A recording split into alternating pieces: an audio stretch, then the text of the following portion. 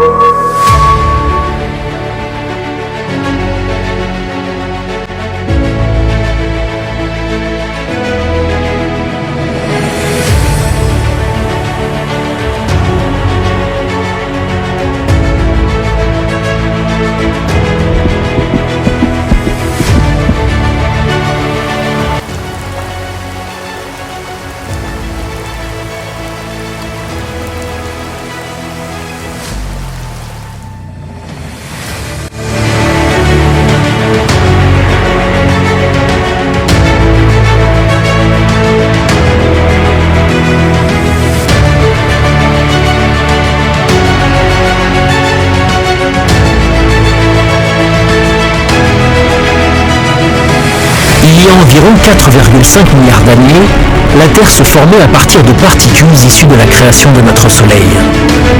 La gravité a consolidé ces particules ensemble pour former des galets qui ont ensuite formé des rochers et finalement la Terre.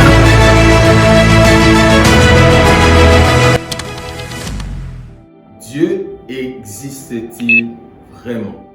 Cette question est en train de créer beaucoup de controverses sur le plan mondial. Certaines parties de la population ou une frange des scientifiques disent que Dieu n'existe pas.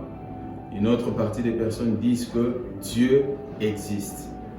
Est-ce que la science peut-elle nous dire si Dieu existe?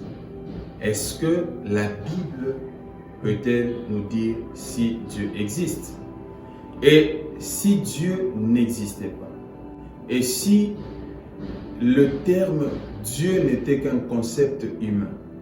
Si le terme Dieu n'était qu'une pensée humaine pour soulager l'absence ou l'incapacité à donner des réponses par rapport aux questions qui restent un peu plus difficiles à l'homme, est-ce que Dieu existe réellement? Et si Dieu n'existait pas, il y a deux questions majeures qui peuvent se poser pour donner un sens à notre question. Si Dieu n'existait pas, qui a créé l'univers? Si Dieu n'existait pas, qui a créé l'homme? Nous allons répondre à ces deux questions majeures pour nous permettre de comprendre si réellement Dieu existe ou Dieu n'existe pas. Que dit la science par rapport à l'existence de Dieu, par rapport à la création de l'univers? La science évoque la théorie du Big Bang. C'est quoi le Big Bang? C'est une explosion cosmique qui a, après des millions d'années, évolué, durci. Cette dilatation a créé des planètes. Notre planète Terre en est le produit. C'est-à-dire que lorsque cette explosion a eu lieu, des particules au niveau de l'espace, ce trou noir, ont commencé à se mélanger pour former des planètes et tout le système que nous connaissons, notre système solaire. Et toutes ces choses ont été créées, selon la science, je l'ai dit, par cette théorie de Big Bang. Je pourrais être bien d'accord par rapport avec cette théorie de Big Bang. La plus grande question reste toujours à être posée. Le monde a été créé, il y a eu un commencement. Mais qui a été à la base? Qui a été celui qui avait appuyé sur l'interrupteur pour que cette explosion cosmique ne commence? Je loue beaucoup les progrès de la science parce que la science nous donne des réponses conformément au fonctionnement de l'univers, au fonctionnement de l'homme, au système immunitaire de l'homme, au système de fonctionnement de l'être humain. Mais la science ne nous donne pas forcément les origines de l'univers ni les origines de l'homme.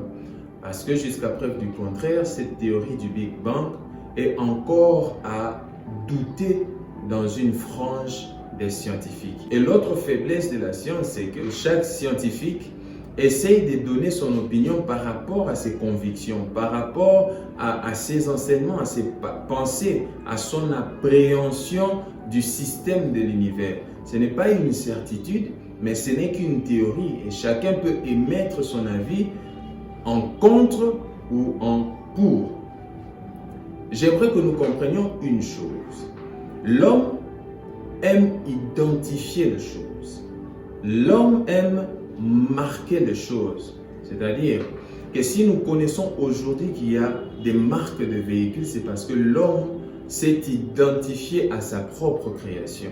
Et si l'homme fonctionnait comme Dieu pour marquer sa création, si nous connaissons les véhicules tels que Mercedes, Toyota, Nissan, Ford et autres, c'est parce que l'homme les a nommés. L'homme s'est identifié à sa propre création. Il a voulu que les gens reconnaissent son œuvre, raison pour laquelle il a nommé sa création. Et si Dieu pouvait fonctionner de la même manière, j'aimerais faire savoir deux règles conformément à la création. C'est qu'il n'y a jamais de technologie sans l'homme. C'est-à-dire que nous ne pouvons pas parler d'Internet si l'homme n'avait pas développé le système Internet. Nous ne pouvons pas parler d'un véhicule si un homme n'avait pas développé ou fabriqué un véhicule. Même si ce véhicule est capable de rouler sans un chauffeur, les systèmes programmés pour permettre au véhicule de rouler sans chauffeur a bien été conçu, élaboré et programmé par l'homme. Et je pense et je crois que l'univers n'a pas échappé à cette règle. La deuxième règle, c'est que le Créateur a toujours existé avant la création, avant sa propre création. C'est-à-dire que tout ce qui existe sur la surface de la terre, tout ce qui n'est pas naturel, tout ce qui est artificiel et technologique, a existé bien après l'existence de l'homme. C'est-à-dire que l'homme a été le moteur qui a amené à l'existence toutes ces choses qui nous permettent à nous de vivre aisément. Nous pouvons appeler de l'autre bout du monde simplement parce que l'homme a inventé un téléphone. Et si l'homme n'avait pas existé, le téléphone non plus n'allait pas exister. Que nous dit la science par rapport à l'homme? Bizarrement, la science dit que l'homme est une sorte de primate. J'essaie de comprendre le mot primate, c'est que nous faisons partie d'une espèce de singes, selon la science. Et l'homme a évolué au fil de plusieurs millions d'années et il a atteint, soi-disant, son niveau final, son niveau ultime. Et à partir de là, l'homme n'évolue plus. Je me pose seulement la question de savoir pourquoi les autres singes n'ont-ils pas évolué eux aussi. L'homme est la création la plus merveilleuse. Il possède en lui un système de contrôle et ce système est appelé le cerveau. Au moindre mouvement, le cerveau contrôle. Moindre information, le cerveau contrôle. La bonne question est de savoir, est-ce que l'homme a-t-il aussi été le fruit d'un hasard? S'il vient d'un singe, qui a été le créateur de ces singes qui, après des temps, a évolué et est devenu l'homme aujourd'hui? Puisque le véhicule n'existe pas sans créateur, donc l'univers non plus n'a pas pu être créé sans avoir été créé par un être que la science n'arrive pas à maîtriser. Comprenez un fait, bien-aimé, c'est que la Bible nous parle de la création. Vous savez, l'un des livres qui parle souvent de Dieu, qui a parlé de Dieu, et comme la Bible, il n'y en a pas. Il y a plus de 3500 mots Dieu dans la Bible. Il y a plus de 6000 mots éternels mentionnés dans la Bible. La science cherche des réponses, mais la Bible nous donne des réponses que l'homme n'arrive pas à appréhender. Dans le livre de Genèse chapitre 1, le verset 1er, la Bible dit « Au commencement, Dieu créa les cieux et la terre ». La Bible commence par nous présenter un créateur. La Bible nous présente Dieu comme étant le créateur. Il a créé quoi? Il a créé les ciels et la terre. Dans ma version, il est écrit les cieux et la terre. Cela veut dire qu'il y a plusieurs ciels et nous disons Dieu a créé les cieux et Dieu a créé également la terre. Mais pourquoi Dieu a-t-il créé les cieux? Pourquoi Dieu a-t-il créé la terre?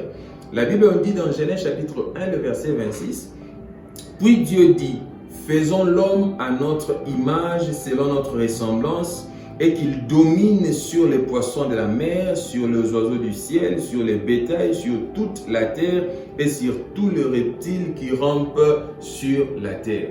Nous voyons donc que Dieu a manifesté un besoin. Le besoin primaire de Dieu était la création de l'homme et non la création de la terre. Lorsqu'il a fini de concevoir la pensée de l'homme dans son esprit, il a voulu maintenant créer un espace pour permettre à l'homme de se développer, de se mouvoir. Donc, il a voulu créer Dieu, mais sous une autre forme pour évoluer dans un autre système où il sera le maître. Qu'est-ce que Dieu dit à l'homme? Il dit qu'il domine, qu'il se multiplie, qu'il assujettisse la terre. Mais nous voyons dans la science, c'est que l'homme veut s'éloigner de sa source. L'homme ne veut pas reconnaître son créateur.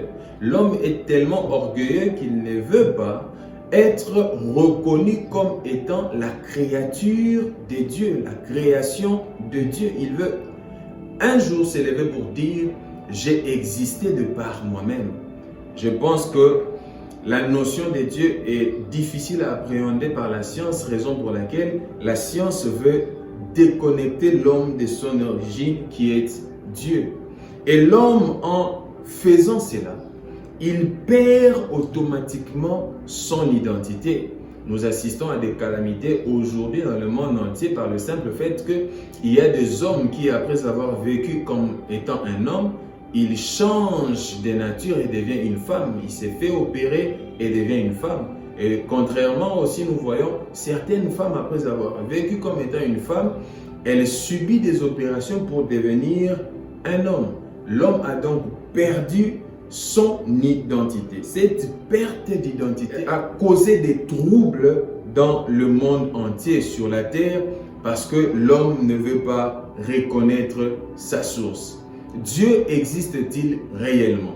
La Bible nous répond dans le livre de Psaume chapitre 14, le verset 1 au verset 3. Au chef des chantres de David, l'insensé dit en son cœur, il n'y a point de Dieu.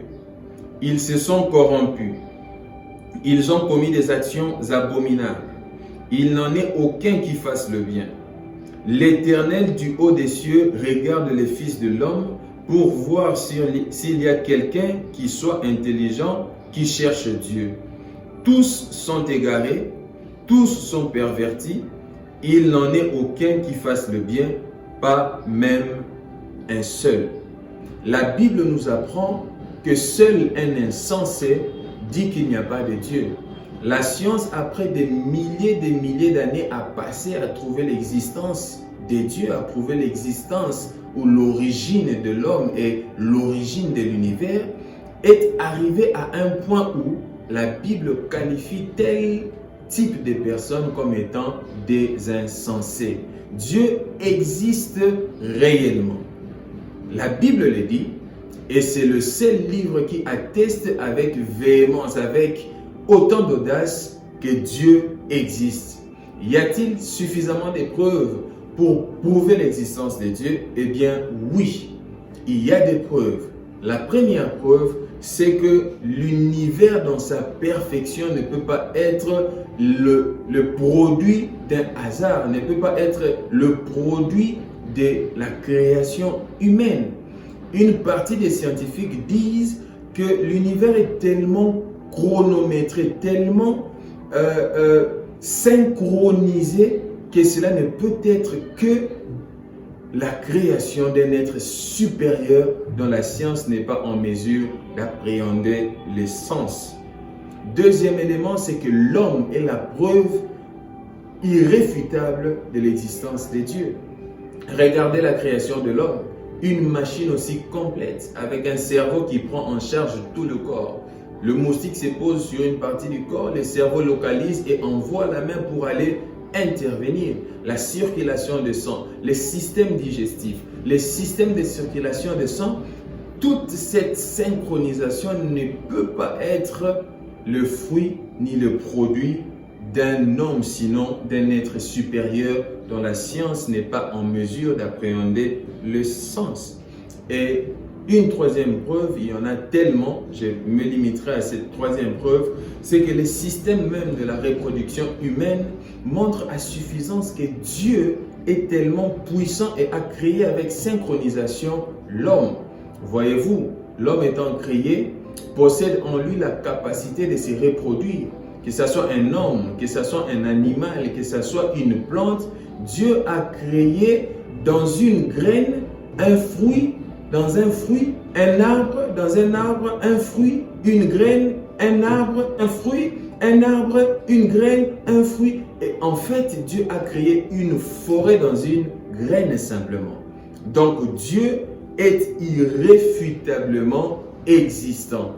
Que la science l'accepte ou ne l'accepte pas, la Bible nous le dit que Dieu existe réellement.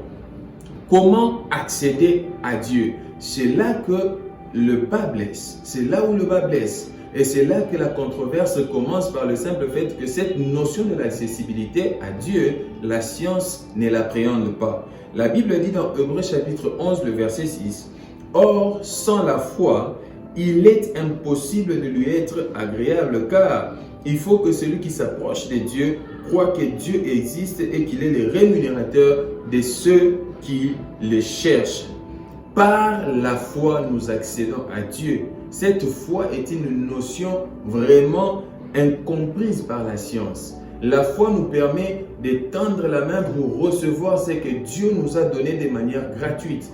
Et la science ne sait pas donner une explication à la foi, simplement parce qu'elle ne comprend pas le sens ni le fonctionnement même de la foi. Raison pour laquelle la Bible dit que la prédication de la parole, l'évangile de Christ est une folie pour ceux qui sont en train de se perdre. Parce qu'ils ne savent pas comprendre l'œuvre de la croix, ne savent pas comprendre ce que Christ a fait pour nous à la croix, ce que Dieu a fait pour nous. Bien-aimés, pour conclure, j'aimerais te rassurer que Dieu est irréfutablement présent et c'est lui le créateur de toutes choses. Voilà, nous avons répondu à la question, est-ce que Dieu existe réellement? Dieu existe et toutes les preuves prouvent à suffisance que Dieu est bel et bien l'auteur de la création de l'univers, de l'homme et de tous ceux qui y habitent. La Bible le dit encore une fois de plus, à l'Éternel les ciels et la terre. Que Dieu vous bénisse abondamment d'avoir suivi. N'oubliez pas de nous laisser vos questions en commentaire. Abonnez-vous à nos chaînes, partagez la vidéo et que le Seigneur vous bénisse. À nous revoir dans notre prochain numéro Questions-Réponses.